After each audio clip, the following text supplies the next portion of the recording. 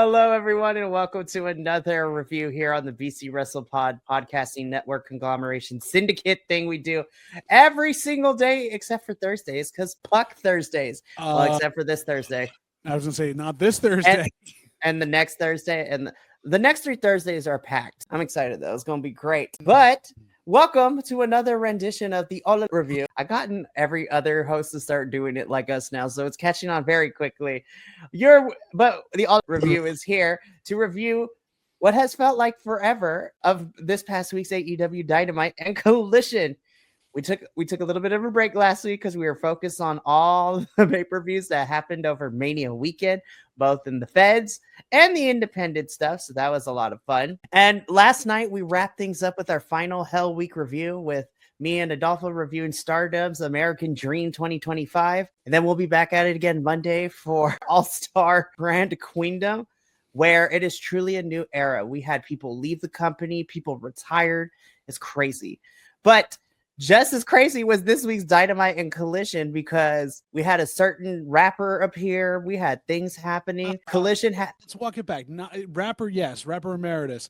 Certain coach of a local collegiate program in New Orleans, but still. That is... We'll get to that and all that because everyone's like, why was he there? And I was like, I'm actually a smart wrestling fan this time because I know why, but we're going to talk about that in a little bit. By the way, if you haven't seen Takeshita and Santana's match, y'all need to go watch it because that was banging. Anyways, but I am not alone this evening because, I mean, I could do it alone, but it's not as fun because I am here with my co-host, the one that actually loves me on my birthday today. To do this review with me is Mr. Layla Earl Grey himself, JP. As I said, first off, a very happy birthversary to our, Don Juan wonderful conglomeration head honcho we have over there. Mr. Mikey, thank you for that. And 2, we all know that I'm contractually obligated to be here, but for some reason, a certain bald-headed, fiery man over there in the northern part of California gets to break his contracts whenever he feels like. And I'm not jealous, but I'm saying F that bald guy. Oh, no, he will be fine. Professor, if you happen to see this, listen here, you bald fraud. How dare you be a Ricochet this week? You know what? We have to follow what we're given. We have to actually embody the product we're with. And he's just choosing to be all the bald heels. And next time I see him, I'll whack him on the head and yell bald. It'll be fine. We got to do the Mark Briscoe where you have to lick the hand real good and then give it a good slap. To the professor. To be fair. He is in rehearsals for one of my favorite Shakespearean shows that I'm very jealous he gets to be a part of, doing a role that was made famous in the movie by Michael Keaton, which is a very creepy and wonderful role. So if he's in rehearsals or has to do that type of stuff, I give him full bore for that. You do have to rehearse Shakespeare quite a bit. But seriously, you have commitments. Let's see here at least once. I feel like you don't like me or we just can't be in the same room together is what it is. I'm getting that feeling too. And who knows, we may have a loser leaves All Elite Ensemble review match happening down the line. Because he'll leave. That's very true. Loser has to stay here forever. There it is. That's even worse. You don't want to lose because loser will have to stay here for anyway. Well, now that I got that shtick and opening monologue out of the way, let's just jump into it. I mean, if you've been here long enough, if you like what you see, if you don't, that's okay. We love the comments either way. And literally go on any social media site to follow us at BC Wrestle Pod. You've seen our faces way too much at this point. So anywho, let's talk about some other people because we're going to jump into our Dynamite portion of the show right now. And I have to say, I thoroughly enjoyed Dynamite this week. Yeah. Collision was pretty decent too. We'll get into my nitpicks with Collision, but Dynamite was a lot of fun this week. I feel like both shows ran together for me this week a little more than they usually do. Like there really was a continuation, whether it's because it was in the same location or whatever it was. It just felt like it was the same night for the first time in a while, and I don't know whether that's a good or a bad thing. Right. And I mean, AEW is testing the waters with these same day tapings for Dynamite and Collision. We're going to get one in a couple of weeks for Beach Break. So that one's going to be fun, which by the way, stay tuned to the very end because I got an announcement about all these special shows coming up very shortly. That I love that JVL was behind it and Professor just left me on red. But so we kicked things off this past week's Dynamite with hip hop legend himself. Master P is in the house. We're going to walk this back. It's Coach P. So people might be wondering, why is Master P on my screen? Well, for 2 reasons. Number 1, the city that we were in, that is his hometown. So that is where he's from. New Orleans. But in terms of wrestling, this man is the owner slash, proprietor of a certain little independent federation that some people may or may not know, known as Hog Wrestling, also known as House of Glory Wrestling, which is such a great promotion. I don't care what nobody says. It's fantastic. And AEW has been sending some of their talent over there in the last couple of shows. Most notably, of course, it is, owner Master P, Coach P, but it is also all co-ran with one of my personal favorites right now. Mike Santana is also there as well. But that is an explanation to everyone why Coach P was here this evening. But it was truly a litmus test for if you going to what the age group of Master P's fans are right now and seeing how people reacted to him. It was funnier to me that Samoa Joe got a better reaction with his catchphrases, with Master P's catchphrases than Master P did. And even though he tried harder afterwards, it still didn't resonate with the crowd like Samoa Joe did. But then again, it is Joe in general. So I'm like, it's true. But we get this opening segment where Coach P and the Ops, Professor's favorite name ever, the OPPs. Yeah, you know me. So they're celebrating into the ring. And then, of course, Party Poopers, Death Riders come in to be like, nah, we ain't about that life. Death Riders start taking out the Ops. Jon Moxley gets in Coach P's face. This man stands 10 toes down because he ain't going to flinch. And he's like, you know what, Joe, get up. And then Joe just chokes out Moxley. And I'm like, again, yes, wonderful to have that kind of segment, but let's just end this Death Rider thing now, please. Somebody. Right. Except later on in the evening when she dropped her promo, like, damn, girl. I just wish that she wasn't just wrestling in Ring of Honor and Defy. I need her to be AEW wrestling, but give her the Tony Khan doesn't want her to. Give her the TBS championship right now. Get it off Mercedes Moné. For reals. So Ops have a comeback. Joe chokes out Jon Moxley. We will find out later in the evening that at Beach Break, it is going to be Mox and Joe for the AEW World Championship. Shock. Crazy. I know. Who could have saw this coming? I did. I was like, poor Beach Break. Joe is not walking out with that championship. We all know this. No. Mox is getting to y'all in. We know he's getting y'all in. He's at least getting to y'all in, where hopefully he will drop this title. But then again, who knows? But that was our opening segment. So, yeah, it was fine. Yeah. I don't even know if fine's the word. It was different than they've normally usually done, but it was a bit confusing in certain ways. It definitely was. When we talk about the Collision opening, I'm like, I'm more invested than that. But then again, I'm very anti-Death Riders anything. So at this point. Exactly. Yeah. But from the opening segment, we do get into, because this was also a whole entire long segment, because then we had the Young Bucks and Okada come out to beat up on the Ops, trying to save the Death Rider. It's a whole grab bag of people right now. The best way to describe this entire segment was, let's put all the 6 people that we have written anything for in creative for the last month in the ring at the same time, because we have to show they're all related to each other somehow and pay nothing off. So then shenanigans happen. Ops are now losing again. But then, of course, our Lord and Savior, Kenneth Omega, comes down with the chair to back everybody up. And it's just like, y'all, let's do this. And then Swerve comes out because it's a buck hunting season. It's just a whole cavalcade of characters coming down. It's the same 6 people they've all written the creative for the last 6 months that they have nothing for, so we're going to put them in a master. They're getting toward Blood and Guts. I'm pretty sure they're building toward Blood and Guts. Which usually happens during the summer, so I would not be surprised here. Speaking of Blood and Guts, even though technically it's not really related, but it is related. So shout out to Kenny Omega's tag team partner, Kota Ibushi, who seems to be doing okay and got his visa fixed. So hopefully he gets to come back. Fix his balance. Yes. That is also helpful too. But I agree with you. I think we might be this is building towards Blood and Guts, or if not Blood and Guts, I would not be surprised if we also get Anarchy in the arena, because that's always a double or nothing feature. That might be actually what they're building toward there. If not, something to do with all 6 in the ring taking on Moxley for the title in the 6-way dance. That would be wild. But again, 6 characters, everybody's involved. Sure. The duck lips on that man. For real. So we cut backstage. Renee is trying to interview, but obviously it doesn't go as planned when you have turtleneck supremacist himself, Christian Cage. So Christian Cage basically comes in takes credit for Nick Wayne's ROH television championship win and lets him know and the audience know to no imagination left to us that he and Mama Wayne made sure to this occasion ostensibly. And I'm just like, Christian Cage. Sure. Okay. But Nick Wayne fires back because Christian Cage says, sees what happens when you listen to me and where it gets you. Nick Wayne takes the title and says, we'll see what happens when you follow the plan and where it gets you. I'm like, the girls are fighting. They're going down a road they can't come back from.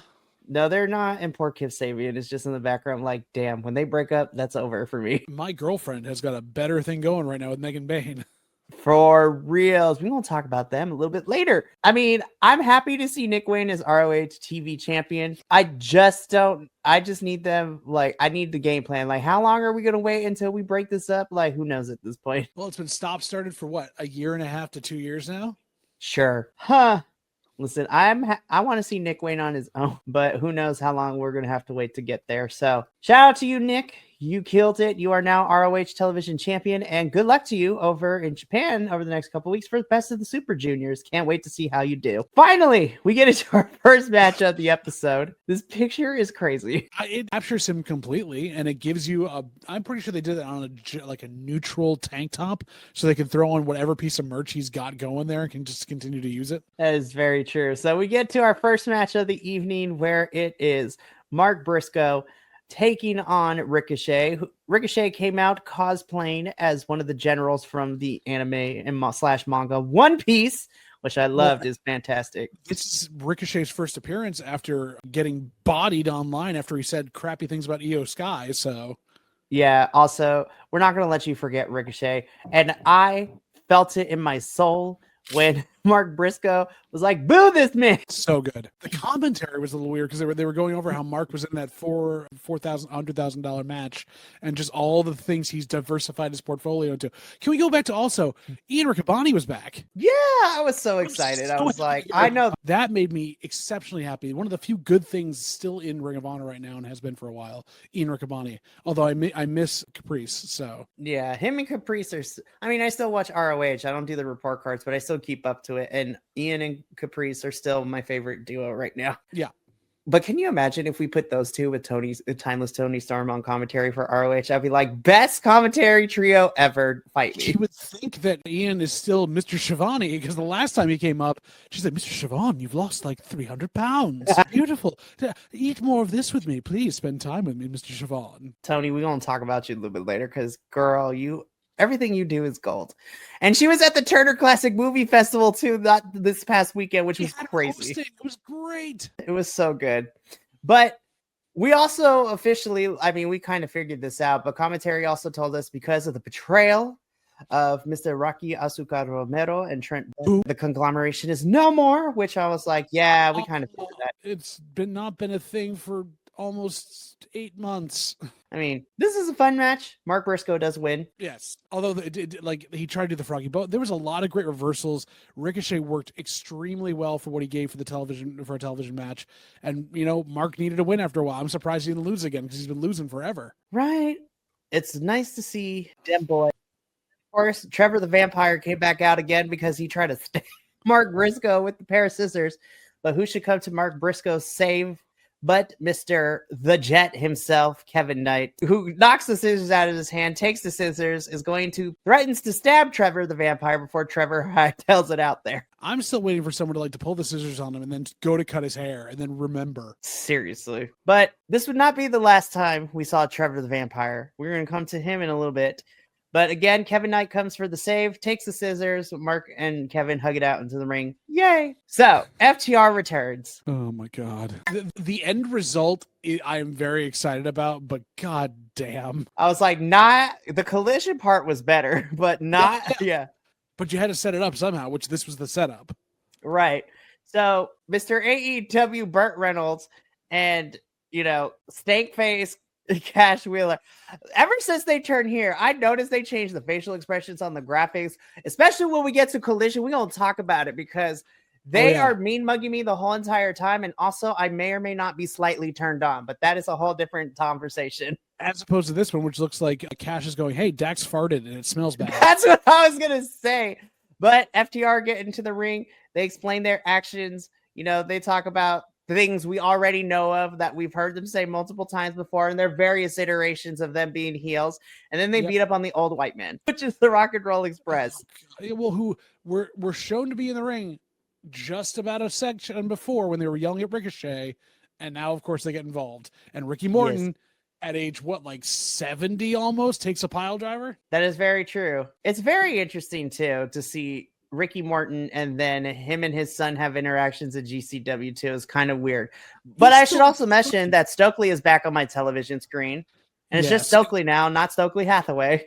Which I don't like, but I'm glad he's the not that they needed a mouthpiece, but it's just fun to have that wee little guy with him to kind of match up against other people. Yep. Of course, this happens. Shenanigans go down, and you know what? The Paragon and them are going to fight in Collision. We step back. FTR healed it up the most because they brought in Ricky Morton and I forget what the other guy from them would be. I forget his name now. Why can't I think of it? It's killing me. But they bring him in ostensibly to showcase them, talk about how good you are. You know about the territories and all this stuff. And they continuously didn't let them talk and cut them off and would stop them until they got upset. And that was pretty damn good heel work in that respect. It wasn't done out of a comedy act of it.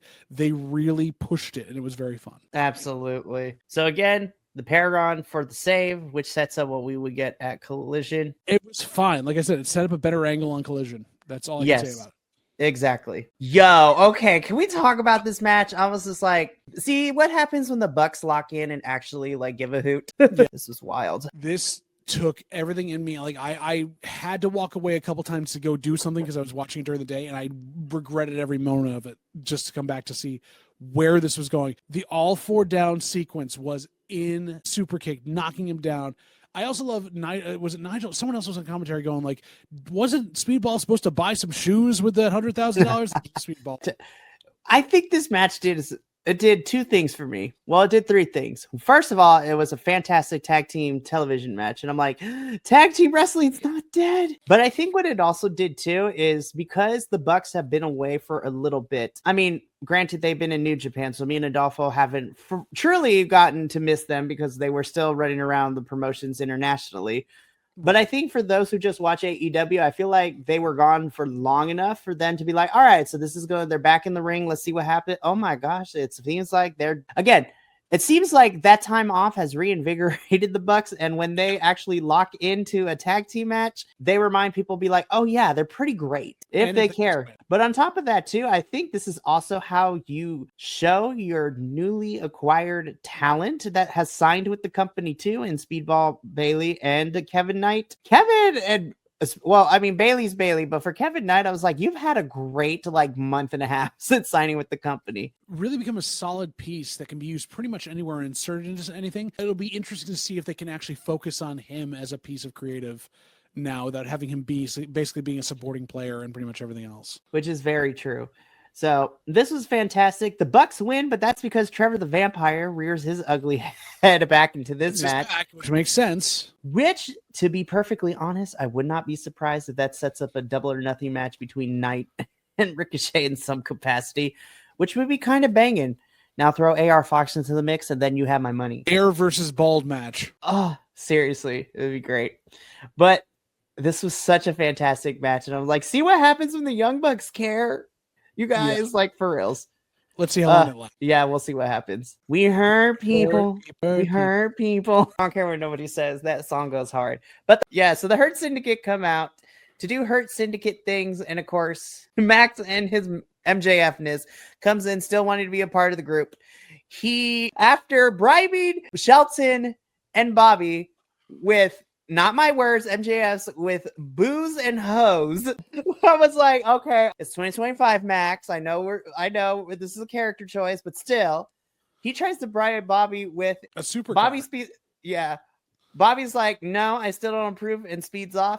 The Twitter game was so funny though, because MJF's the police have reported the car stolen. I have chose not to because I ain't no snitch. Well, also Max's promo up until then too, where he's playing the crowd like a fiddle, really reworking it again. Max is at top promo battle level again, it seems, and has no one to really battle against because MVP's on his side. Bobby can't match him on the mic, never could. Shelton's just having fun. Like, it's an interesting dynamic. I know it's played out, but I want to see like vignettes now. I really do too. I really do. Just Max popping up, trying to still get into the game, into the Hurt Syndicate. Like Bobby's in an ice bath. Max pops him around the corner, like gives him something that like shocks him in the bath by accident, or like basically gets his suit pressed, but it has a big hole in the back or something. Okay, so AEW, feel free to take this idea. I know you got summer. I know it's not for a while, but you got Summer Blockbuster coming up as a taping special. I need y'all to do vignettes like other promotions have done with Hollywood themed, pay-per-views and special events and stuff like that. Bobby could be chilling, give a Nightmare on Elm Street. Oh God, you could for do those of you who know. Yeah, like you could do a couple different things there. Ricky, so many things you can play with. Seriously, I'm just saying, AEW, if you want to take the idea, I will be more than happy to, because it's fun. Summer should be fun. So, anyways, go for it. No, that's where we are. Yeah, Bobby runs out with the car. So, woo. How many more weeks do you think we have until Max gets to be part of the syndicate? I'm probably thinking the problem is y'all in Texas is way far. I think that's very far away. I'm going to be honest, looking at June, I would not be surprised if they did it like before or after Grand Slam Mexico. I might see it as something like he helps Bobby down there. Like, I've gone. Or even at Fyter Fest. They could do it at Fyter Fest, which is at the beginning of June. Maybe. Or the week after that is, AEW Summer Blockbuster. So who knows? But yeah, if they're planning to drag this out to y'all, and that's a long time.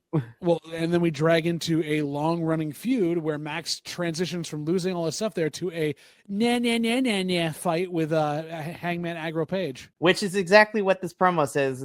They're like, we didn't forget about these two. And I'm like, we didn't. Thanks for the reminder, but not really. Please, either on this again or not, but goddamn. For reals. I was just like, will they, won't they? Just let them fight it out one more time and then call it a day. Moving on. This match was also banging. Oh my gosh, yes. I need Brody King and Will to team up more because they work so good together. Brody King tagging Will in by chopping him on the chest, and Will's like, so good. But Takeshita and Josh Alexander, I'm like, Lord have mercy. I need them. Oh my Lord, yeah. Yeah. This was just this was cinema, as the kids say. Like, this was so good too. See what happens when you don't spam your cards with multiple matches on a TV show and you just let them breathe. Well, on top of that, also, now we go into the outside of this thing as well. Don Fallis is getting really weirded out by all of the duplicates in the crowd going forward. So many people dressing up as him. It is wild. But this was a really fantastic tag team match. Of course, this also furthers things that we're going to talk about in a little bit, because the save gets a beat down. Kyle Fletcher looking like a maniacal villain. Don Callis family standing strong. People are getting beat up after the match. Hangman always gets beat up now. That's what's happening. All the time. Or like, it seems like they're feeding one at a time into this thing every time. Like Kenny goes in there one at a time. Everyone's getting beat up. Kyle looked like he was naked from the waist down because he's the only one in the group wearing pink pants. It's ridiculous. I'm like, Mark Davis made an appearance. Mark Davis, I need you to slow your roll because you're making me question my life choices right now, and that you're owning your bareness. No, you did not, and we love you for it. I know, exactly. I'm like, oh my. But Don Callis family standing tall, and you're absolutely right. Even in this aerial shot, it looks like Kyle Fletcher is wearing nothing from the waist down. Well, and the fact that when he gets angry like that, he pumps up red into his body too, so it looks like it's the same color. He's literally just in like a skin tight suit. So I find it interesting too, because I was going to wait until the end of this, but because of what happened with the Don Callis family beating them down, we're getting a 8-man tag team match that mixes the two storylines together in some capacity, which is really weird to see.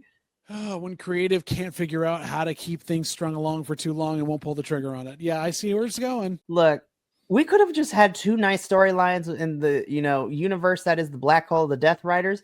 And Don Callis family is more interesting to me, which is the craziest thing to say, especially because of the players involved. But you know what? Why not? Everybody gets thrown together. They need to. It's going to be interesting to see where the breakdown of the Dom Fallis family is going to be as we go forward. Oh, absolutely. So because that breakdown is probably going to be happening by the end. The cracks are going to start in the Owen. Which, yeah, because tomorrow night on Dynamite, it's the final semifinal, either Hangers or Protostar is going to face Will at Double or Nothing. I'm rooting for Hangman because as much as I love Will and Kyle, I don't need to see them fight again right now. But who knows? We'll see. My girls. We would, if this was a male match, it'd be a meat on meat match. These two just destroyed each other. They're just like, okay, we feel comfortable with each other. Chop, take your head off. Bam. Well, and the clotheslines, Jamie Hayter going to the top rope. Like, what was going on here? This, I don't know what happened, but if it was a Tony Khan decision or he forgot. But thank you for letting this be the main event. Oh, this was such a nice way to close out the show. These girls brought everything. Jamie Hayter is going to Double or Nothing to face Mercedes Monday. She needs to beat her. And you know what? At this point, I don't care. I will take a Athena interference for Jamie to win, or even just for Jamie to. Mercedes does not need to win this tournament. No. I think Jamie versus Tony should be the match at Y'all In, because again, that history is there. As they brought up, they're 1-1. So yes. And shout out to my homegirl Chris over here. She putting in all the work. I know I want to see her get a win here and there, but you know what? She's also great. Her and Willow are just such staples to this division. I just want them to start to do more with both of them. But this is a fantastic main event. No notes, honestly. No notes. Good on. I'll watch it again. Yes. So that brings us to the end of Dynamite, which was really interesting because I was like, not a lot of like backstage promo heavy stuff. I mean, we got the long promo at the beginning, but everything was dedicated to the 4 matches that we got. I was like, wow, they actually got all time. Collision, you had the very opposite problem. You had too many matches, which were, if we cut out the two... Yeah, it was very unevenly paced between story and matches. It was a long Collision. I've never felt like Collision has gone long before, and that was way too long. They packed too much in for 2 hours. There was a lot of good stuff, but it felt like you could have cut matches out and we could have been okay. Because there were 8 matches crammed into 2 hours, as well as all the stories you're trying to get through as well. So that does lead us to now talk about AEW Saturday Night Collision. So we kick things off again. Swerve cuts a promo. The Bucks try to attack him, but Kenneth Omega comes out for the save. Looking like he just came off a jaunt on his golf cart in the middle of Florida, the retiree that he is. Yep, no, he looks ready to go. So, I mean, he cuts a promo, which does lead us into the very first match because Collision didn't take like 30 minutes like Dynamite did for this opening segment. And we get into Swerve Strickland versus Blake Christian.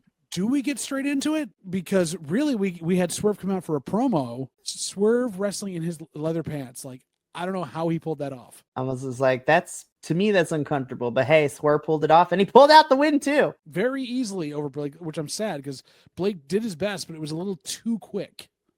This is why I was saying we don't need 8 matches on a 2-hour wrestling show. Anyways, so poor Blake Christian. I love you, Swerve, but poor Blake Christian. Samoa Joe out here looking like Miami Vice, just missing the sunglasses. More like a Magnum PI.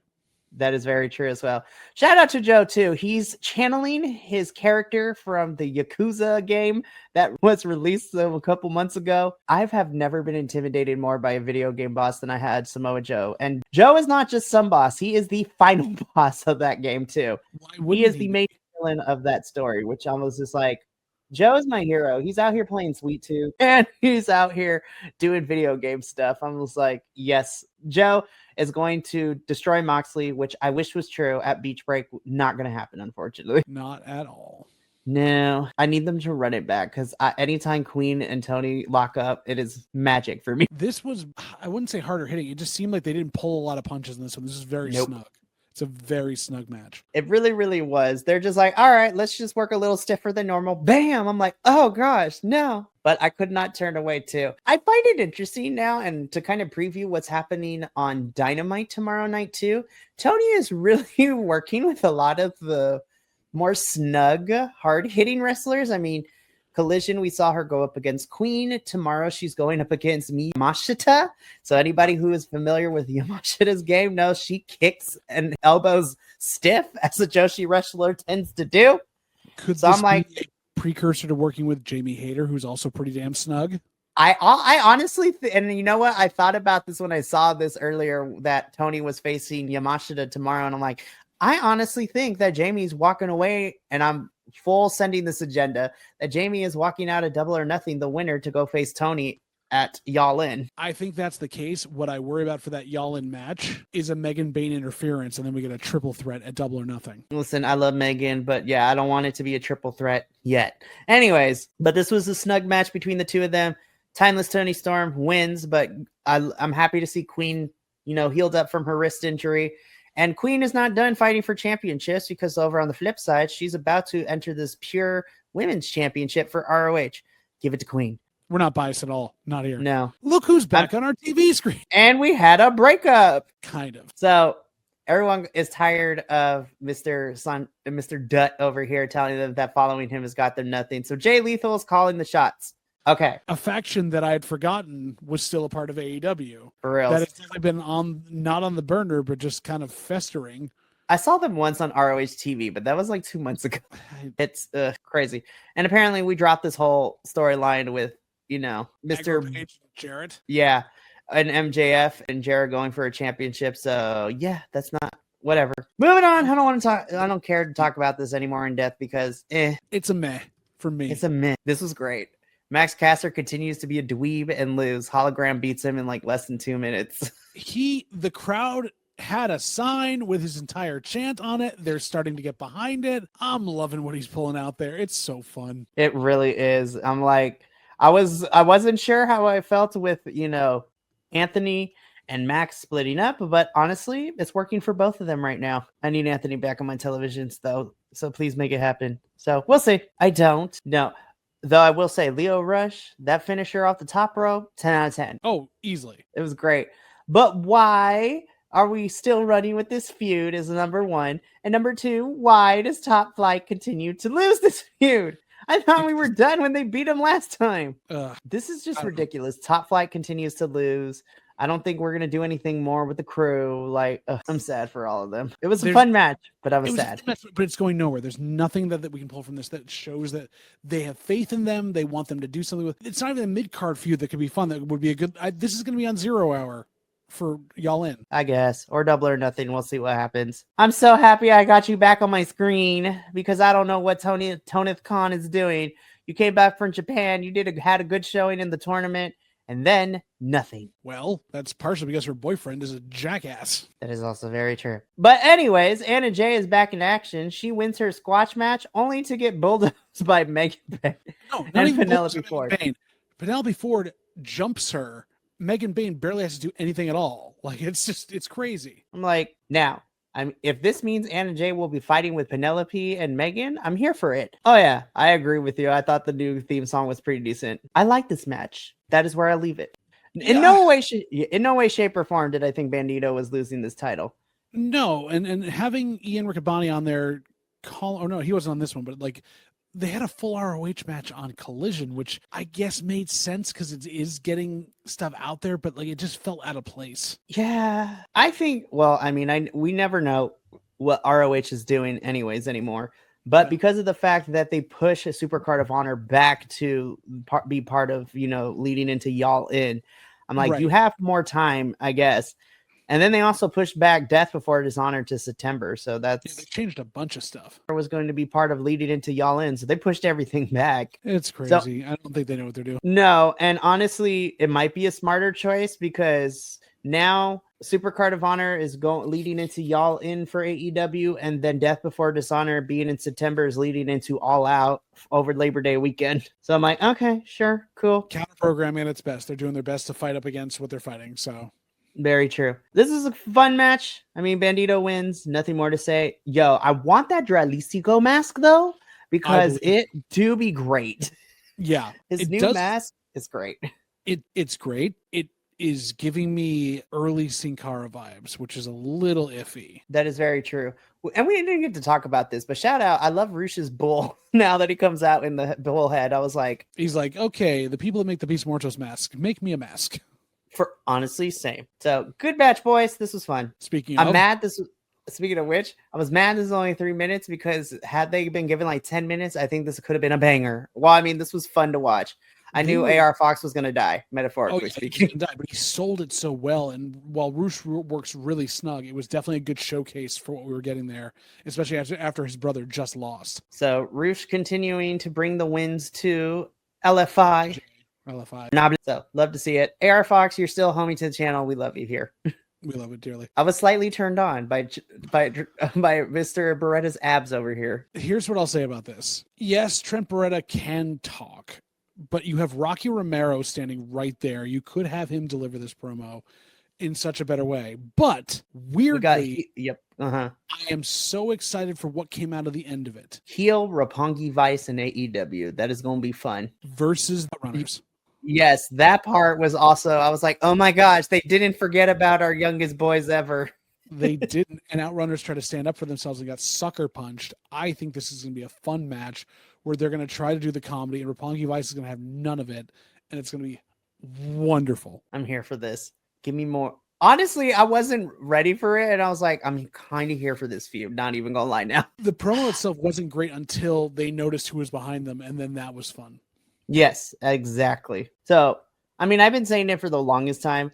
Heel Roppongi Vice. Hopefully this means that we get to see the version of Rocky Romero that me and Adolfo get to see in CMLL, which is an absolute piece of shit, so to speak, and just an absolute heel. I still have questions because I didn't like him and having be the yes boy for MJF when he had the championship match down at CMLL, but that's neither here nor there. No. Roppongi Vice, heel Roppongi Vice. This should be fun. Yes. Kill Switch Engine is back with Roderick Strong's theme song, and I'm like, oh my gosh. Not a bad thing. So this is really bad of me, but I'm looking at this placard. I said this earlier, whereas the placard for FTR looked like, you know, Cash was standing behind Dax and Dax let out a big wet fart. I don't know what's going on here, but I got lost in Cash's chest. I'm just saying. I think in this one, Cash feels like Dax is a little too close behind him, rubbing up against with his nipple into his side.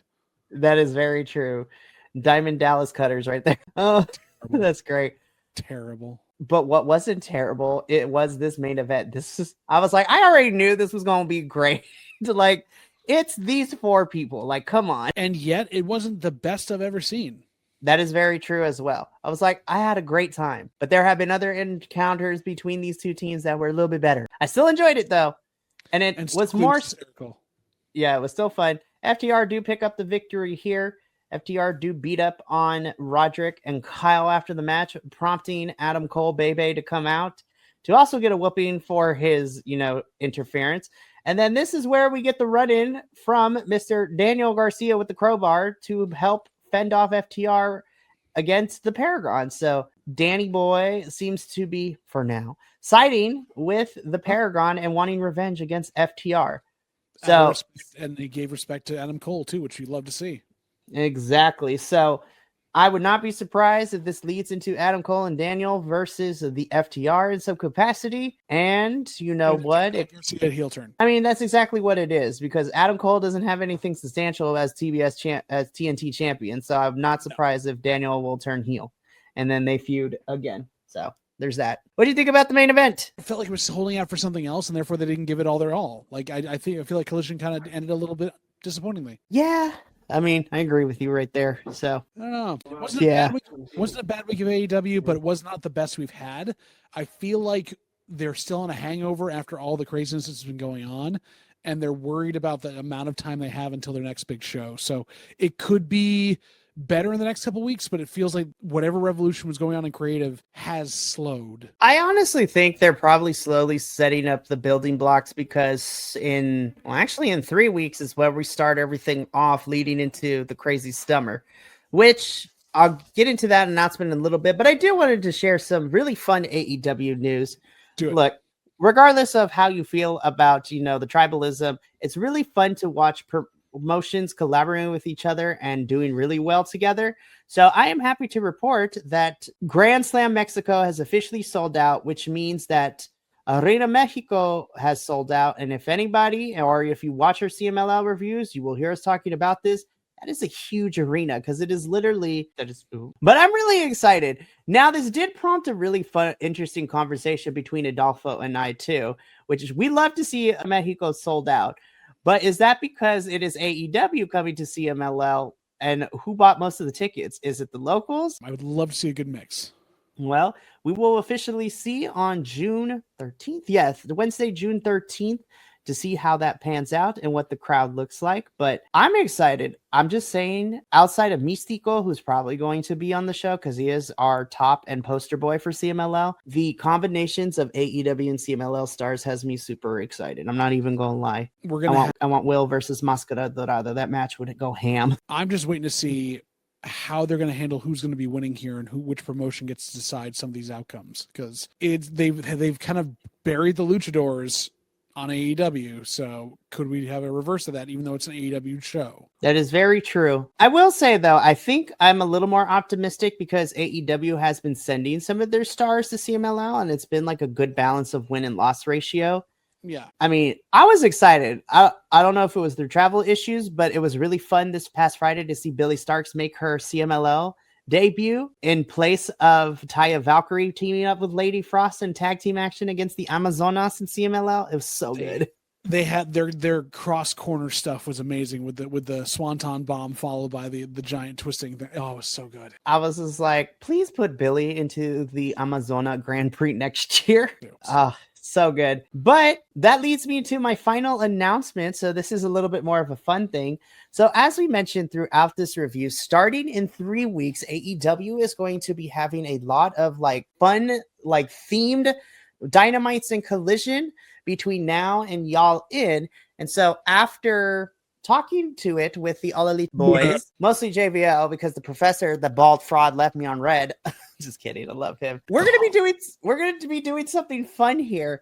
So with all the theme shows, we are going to, within our budget, because nobody needs to break the bank, and whatever we have in our closet, we're going to be dressing up for a lot of our theme shows in the next couple of weeks. So everything kicks off towards the week before Double or Nothing, because that we will be reviewing the Dynamite and Collision versions of our regular shows, but it will be Beach Break. So Beach Break is happening in 3 weeks. So you will see us. Shirt already picked out. I am so excited. We are going to do themes. So with Beach Break, we're going to dress up like we're going to the beach or vacation. Double or Nothing, we'll figure out something like either Vegas themed for us to dress up as. And then Fighter Fest, I got to figure out how I'm going to try to cosplay. We'll talk this through, but if you want to see us in stuff that's specific or you want to help us afford stuff, please donate to the channel. Please get out on our Patreon. Do anything else you can. Comment on it. Let us know what you want us to do so we can get some ideas, because Mikey's a busy man and can't like plan all this out. And honestly, the rest of us are as busy as you can see because Professor's not here. So no, but to give you a heads up of what to expect, we have Beach Break, Double or Nothing, Fighter Fest, Summer Blockbuster, Grand Slam Mexico. We'll have to talk about that so the boys can dress up without culturally appropriating. We'll do our best. Which is, very fair as well. But we also have Y'all in Texas. So that is going to be the grand finale of all the special theme stuff. And then we'll figure something out because we're going international for Forbidden Door too. So, well, maybe we do that as a whole, like we make an international feast. Who knows what happens? Oh, I'm open to pretty much anything. And at some point, I've got to fit my singlet in there, which I know I have to do at some point. Yes, we'll talk about that off camera. But one more announcement, and I did not tell JVL I was going to say this. Only Adolfo knows this because we've been planning this. Oh, no. For Grand Slam Mexico, we're going to try to do a crossover with the AEW and the CMLL crews. Professor's not going to show up to that, right? It's just going to be me on my own. Well, it's you and Adolfo and possibly Will, so that would be fun too. Yeah, yes. Will is on the CMLL side. I'm by myself. We'll figure it out because I feel like Professor owes me one, so I think we can like nicely coax him into being a part of that. I weirdly think it's the same date as the day his show opens, so I don't know if we can pull that card, but we'll see what happens. We'll figure out what happens. We'll talk about it, but if not, hey, me and you, JVL, will represent AEW, and Adolfo and Will represent CMLL. Mikey, I love you to death. I'm not going to spoil what happened on Mr. Wrestling this week, but I feel like you're Cecil Nixon this. And I feel like you're just going to go back and forth. Listen, if Cecil can do it, so can I. Just to figure out what that is. One of the best comedy wrestling matches I've seen in a long while. Oh, speaking of which, let's go over what the remainder of this week looks like here at BC WrestlePod since you brought it up. Let's see it. So starting with tomorrow night, Wednesday, we are we're getting back into the swing of our regular scheduled programming. We are having a double dose of reviews. First and foremost, at 5:30 p.m. Pacific, the NXT crew is back once again. NXT Los, your sexiest NXT review out there on the internet, is back in full effect, and we are reviewing NXT, where lots of other promotions are crossing the line with talent coming in. We have some crazy things happening. It is great. He maybe said he might appear. Who knows? Oh, absolutely. But if you are not up to the NXT feed, but you want to still be a part of the conversation, well, later that night at 8 p.m. Pacific, Los Lucha will be here to review a very fantastic episode of CMLL, especially this past Friday's event, where we crowned a new Universal Champion. And we'll talk about all the elimination matches. Billy Starks made her debut in Arena, and that we are gearing up also for CML's Fun Summer, because they will be having a special MLW collaboration show next Friday. And then MLW and CMLL will be participating in Azteca Lucha next week. And then, of course, as we said, AEW will be coming down to Arena Mexico in June to have Grand Slam Mexico, which makes me excited. Now, while you're watching those two reviews, you can also join me on Max as I watch AEW Dynamite. That is also very true. But on Thursday, we just throw all the rules of wrestling reviews out the window, because the grapple gumshoes is what we are going to be called. It's quite the mystery. We are detectives digging through the mysteries of comedy wrestling and how you can truly make a small promotion in Gatineau, Quebec be one of the best things in wrestling right now. So this will be the debut of mystery wrestling into our rotation of things that we got going on. And I cannot wait. We have nothing planned. It is going to be off the cuff. It's going to be wild. And where can you find any wrestling channel that talks about a hot dog man, a hip hop Sasquatch, and a cocaine bear? Like, well, not even this. That's in the middle of the card, and they had to clean the ring afterwards, which I love so much. Oh, it's so good. Also, it's so fantastic. I cannot wait. But then as you get closer to the weekend, on Friday, you can catch the Six-Sided Scholars, our TNA wrestling review team, as we talk about TNA's Rebellion, which was this past Sunday, that I was very fortunate enough to be live in person to watch Leon Slater, kind of, but not really die. And if you go back in there, do a rewatch right now, you might see not only our Mikey, but Mama Laguillo out there in the crowd watching this go on. Had such a blast. It was great. And then finish off your weekend as we are back with the Dual Dynasty review to cover Raw and SmackDown for WWE. And it's crazy enough, we will also be doing our predictions for Backlash, which is next Saturday, the 10th. I forgot about that. WWE pulled a TNA where we have the next pay-per-view in 2 weeks. It's like being back in the first brand split era where we have branded pay-per-views every 2 weeks. And SmackDown's was always better. Fight me. Anyway, but that is going to be it for us here at All Elite Ensemble. So make sure to tune into all the shows we got going on this week. But really mostly Thursday, because it's us again, and you like us a lot. No, seriously. Thursday is going to be a lot of fun. You'll be seeing a lot of me, mostly being the, second banana, because the next Thursdays I will not have to lead, which is so fantastic. It's going to be great, but also, since it's coming up here and it's our first one doing it, people tag Evil Uno, tag John Silver, tag Mystery Wrestling. Let them know we're doing it.